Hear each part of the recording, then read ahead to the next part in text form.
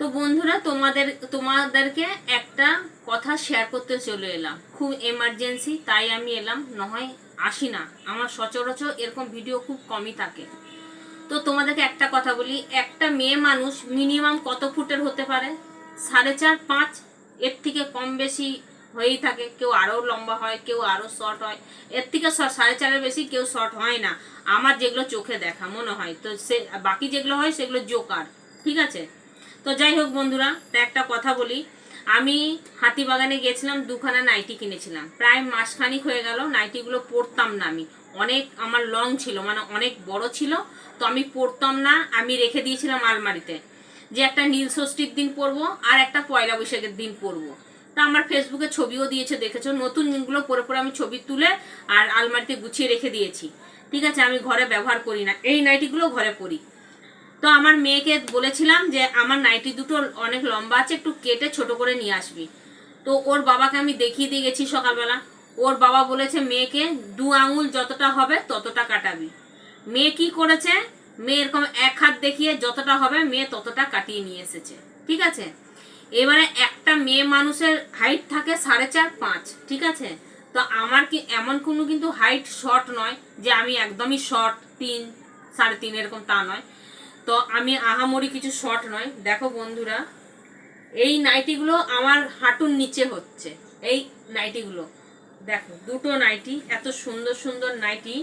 নাইটিগুলো কিনলাম আমি 250 টাকা দিয়ে, দুটো নাইটি 500 টাকা। এই দেখো, এইটুকুনি শর্ট কিনে দিচ্ছে, মানে আমার হাঁটুর ওপরে। তারপরে আবার দেখো কতখানি করে কাপড় কেটে দিয়েছে, দুটোই।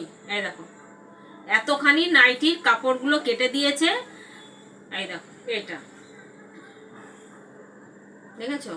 মানে নাইটি দুটো আমি কিনে নিয়ে এসেছি, আমার সর্বনাশ করে দিল, ঠিক আছে? মেয়েকে দিয়ে পাঠিয়েছি, যার কাছে কাটিয়েছি সে আমাকে চেনে, আমার পুরো পরিবারকে চেনে, কোথায় থাকি তাও চেনে, যাতায়াতে কথা হয় ওনার সঙ্গে, সমস্ত কিছু হয়। কাকুকে বললাম, কাকু, আগের দিনেই বলেছি যে কাকুকে বললাম, কাকু আমার নাইটি দুটো দিয়ে পাঠাবো মেয়ের হাতে, একটু কাটিয়ে দেবেন? বলছে আচ্ছা ঠিক আছে, পাঠিয়ে দেবো, উমুক দিন পাঠাবে। উনার ডেট দেখেই উনাকে পাঠানো হয়েছে, মেয়েকে দিয়ে পাঠিয়েছি। তাহলে উনার সঙ্গে আমি কথা বলি, উনার সঙ্গে দুবেলা দেখা হয়, তাহলে একটা মানুষের মিনিমাম হাইট তো থাকতে পারে, যে আমার নাইটিটার হাইট দেখে তো লোকে বলতে পারে না এর এই এই মিডিয়ামে কাটতে হবে।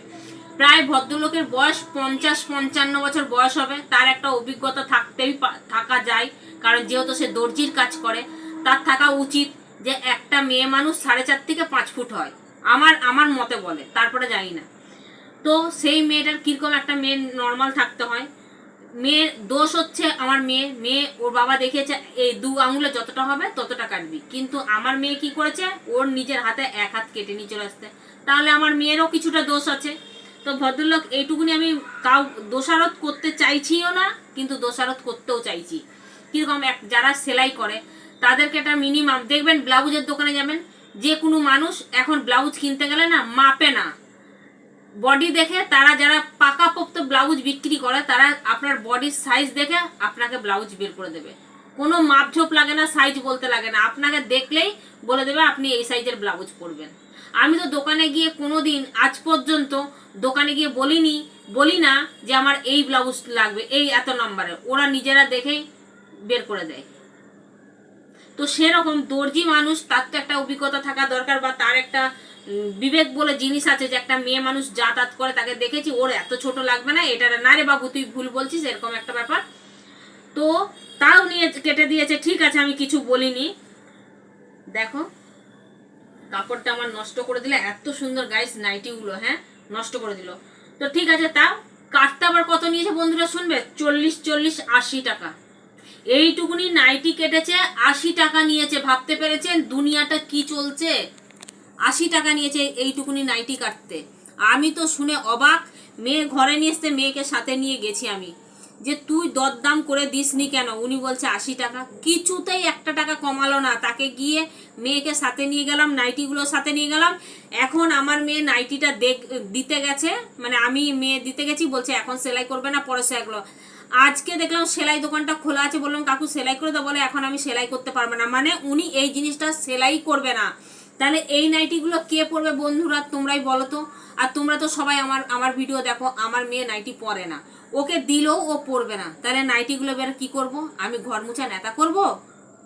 তাহলে মানুষ কি রকম শয়তান হয়, মানুষ যেখানে যাবে বন্ধুরা সেখানেই ঠকিয়ে দিচ্ছে। তাহলে দুনিয়াটা কি ধারণা করা যায়? বাধ্যতা, ওরা আমার ভিডিও দেখে বলেছে, আমাকে চেনে শুনি, সেই হিসাবে আমি এই ভিডিওটা বানাচ্ছি। আমাদের পাড়ার মধ্যে যারা দেখছো তারা বুঝতে পারছো, আশা করি সেও ইনকাম করতে নেমেছে, আমরাও সেলাই করতে গেছি। আমি কোনো ক্ষতি চাইছি না, যে বলছি না ওখানে দিও না, যে দেবে ভেবে চিন্তা ভাবনা করে দেবে, ঠিক আছে? এইটুকুনি আমার বলার ছিল। যা করেছে আমার সর্বনাশ করেছে, ঠিক আছে? আপনাদের যাতে না কোনো সর্বনাশ হয় তার জন্যে এটা ভিডিও করে বলে দিলাম, সাবধান করে দিলাম।